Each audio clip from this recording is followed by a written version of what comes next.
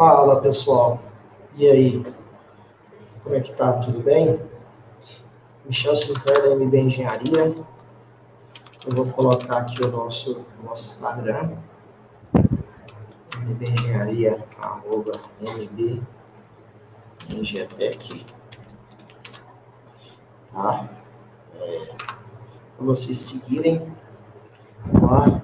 Eu vou colocar também a promoção que a gente está fazendo aqui no Instagram, que é um sorteio de um smartwatch, um relógio que a gente está fazendo aí dentro da nossa plataforma aqui, Instagram, MB Engetec, tanto Facebook quanto não tá aqui. Copia, eu vou compartilhar aqui com vocês, tá? Não deixem de curtir. A gente vai aqui estão todas as inscrições. Quem já curtiu, quem não curtiu, então o resultado é dia 31/1. Hoje o que a gente vai falar? A gente vai falar um pouquinho sobre dosimetria, tá? Eu tenho uma planilha aqui de ruído, tá? Eu queria compartilhar com os senhores, tá? Eu vou compartilhar aqui no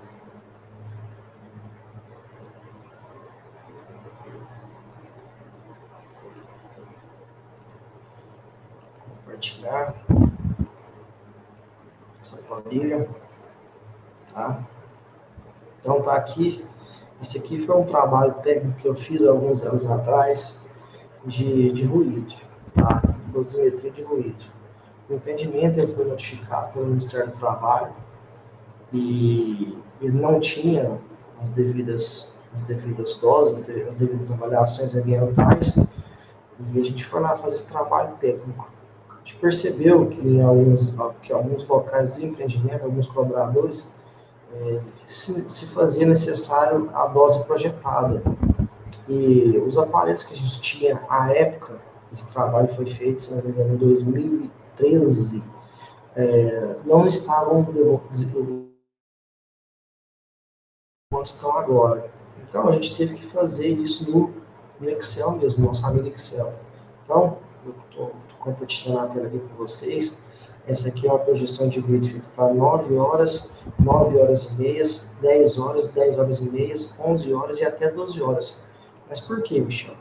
Porque se o profissional precisar fazer uma hora extra, ele vai trabalhar das 7 às 17, mais uma hora extra, 18 horas. Então já sai uma hora a mais do que é projetado o equipamento. Então, você tem que estimar essa dose. Você tem que fazer uma estimativa, você tem que projetar. Então, a gente fez aqui, tá, com 3 funções: auxiliar de carpintaria, carpinteiro e operador de bitoneira. Tá? Então, a gente fez em uma situação aqui, com nível de exposição, usando o protetor auricular com CA 19578 com NRFS de 13 dB. Então, só para ficar claro, se a dosimetria dele desse 85 decibéis, utilizando esse protetor aqui de dB, atenuaria o ruído para 72 dB. Ok. Tá? Então, eu fiz isso com 3 equipamentos de segurança, 3 tipos de equipamentos de segurança, tá? Para ter uma estimativa melhor de qual que é o equipamento melhor para você usar, tá? Então, eu fiz isso com 9 horas, 9 horas e meias, 10 horas, 10 horas e meia, 11 horas, 11 horas e meias e 12 horas. Então, a gente nota aqui que com 11 horas e meias, o nível, a dose projetada, ela passa o limite de tolerância, que é de 85 decibéis. Tá? Ela passou 2,1 decibéis, tá? Com 11 horas e meia, e com 12 horas passou 2,4 decibéis.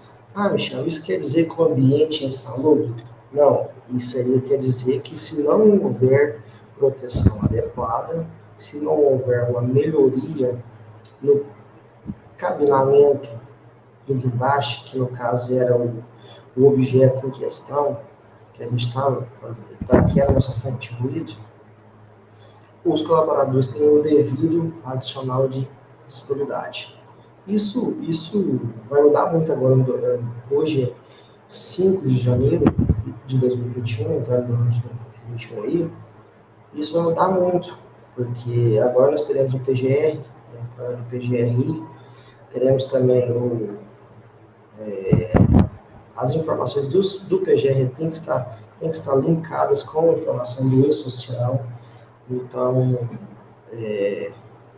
tem que estar confiável em informações, você tem que avaliar as informações antes de inserir as mesmas no portal, tá?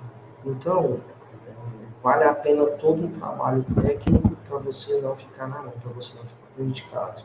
Então, aqui, pessoal, o nosso objeto em questão era um guindaste, né? Até esses colaboradores aqui, auxiliar de carpintaria, carpinteiro, operador de betoneira, e eles estavam em torno do guindaste, tá? Existiam outras fontes de ruídos adicionais ao entorno desse ambiente que foram contemplados na dosimetria, tá? Então aqui a gente só fez a análise da dose projetada, levando em consideração o meu NEM, tá? O meu nível de exposição normalizado, que é o meu nível de exposição mais 16,1 tempo de exposição dividido por 480, tá? 480 é o tempo, então se eu estou disposto lá a hora 360 e vou dividir 360 por 480, tá? Que é a minha hora em minutos. Então, o meu nível de exposição, tá? Como eu não tinha como eu fazer a dosimetria por mais de 8 horas, eu tive que estimar essa dose, tá?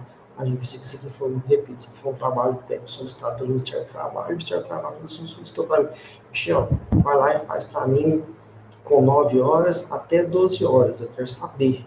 Então, o colaborador, ele ficava lá das 7 às 17 e alguns faziam horas extras. Só que essas horas extras não foram computadas na minha dosimetria. Então, para eu mostrar para o auditor fiscal do trabalho que o ambiente não era insalubre, eu tive que fazer uma dose projetada, tá? Usando essa fórmula aqui e usando meu. Então, eu joguei todas as fórmulas, eu joguei todas as doses aqui. Essa dose aqui que eu obtive aqui inicial com o valor feito da minha dose, tá? E depois eu fiz uma estimativa aqui, tá? Usei aqui que era preciso. Então, quais foram as conclusões que eu cheguei com isso? Deixa eu escolher algumas deles aqui. Eu cheguei a algumas conclusões, tá? Que é de muito interesse e é muito relevante para quem quer aprender um pouco mais sobre dosimetria.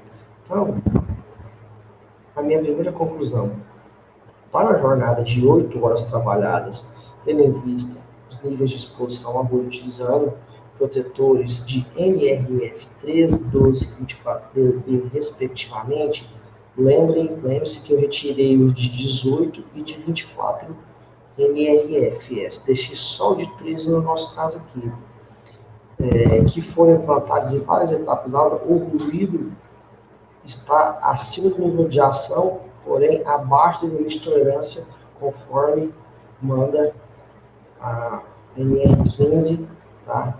Anexo 1, ruído. Então, a atividade, ela é salubre. Apesar das atividades estarem acima do nível de ação, o ambiente ainda é salubre, porque a gente utilizou, no nosso caso aqui, a gente utilizou um protetor de decibéis de NRFS de 13 dB, tá? Mas tem de 18 ainda e tem de 24, tá? O que mais? Aqui a gente concluiu. Para a jornada de 8 horas trabalhadas, tendo em vista os níveis de exposição de ruído, utilizando os protetores oculares respectivos na NR15, respectivo, foram implantadas o ruído. Na verdade, isso aqui é o mesmo texto, desculpa. Só copiei. Deleta o que eu falei. Para as demais jornadas acima de 8 horas, 8 horas e meia, 9 horas, 9 horas e meia, 10, 10 horas e meia, 11 até 12 horas, respectivamente, conforme demonstrado na tabela 1 acima, tendo em vista o nível de exposição ao ruído que se utilizam protetores oculares com os respectivos NRFs, respectivamente, foram implantados vários ruídos, está acima da limitação, porém, abaixo do estabelecido na portaria 3214, anexo, NR15, anexo 1. Então, pessoal, a maioria das vezes, você tem que mostrar o que para a autoridade, para o Ministério do Trabalho, para o perito, reclamatório trabalhista, que você fez o trabalho técnico correto. Aqui, ó, está aqui. Contra números, não há contra fatos e números, não existem argumentos. Tá? Então, aqui que só em um local com 11 horas e meia e com 12 horas em um ambiente que é a carpintaria, foi somada aí, os valores, foi somado não, se deu o cálculo acima de 85 decibéis, tá? Esse aqui foi um trabalho solicitado pelo Ministério do Trabalho.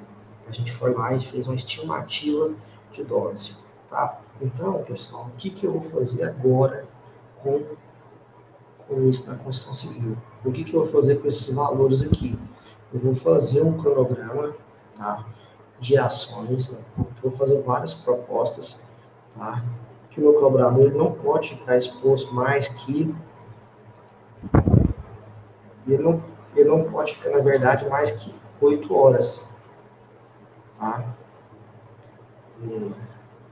Então, ao nível de ruído. Então, pessoal, a gente vai fazer um cronograma de ação, eu solicitando essas alterações para o empregador, tá?